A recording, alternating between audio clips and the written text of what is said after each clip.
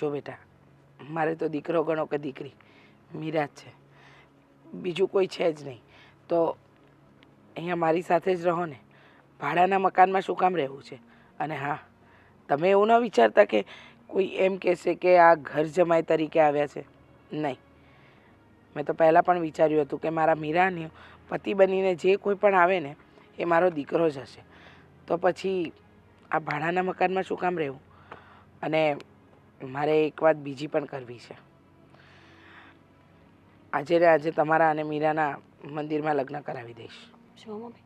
હા, કારણ કે તમારા પપ્પા કોઈ બીજી ચાલ ચાલે કે એમનું મગજ વધારે દોડાવે ને એના કરતાં હું જે વિચારું છું ને એ બરાબર છે.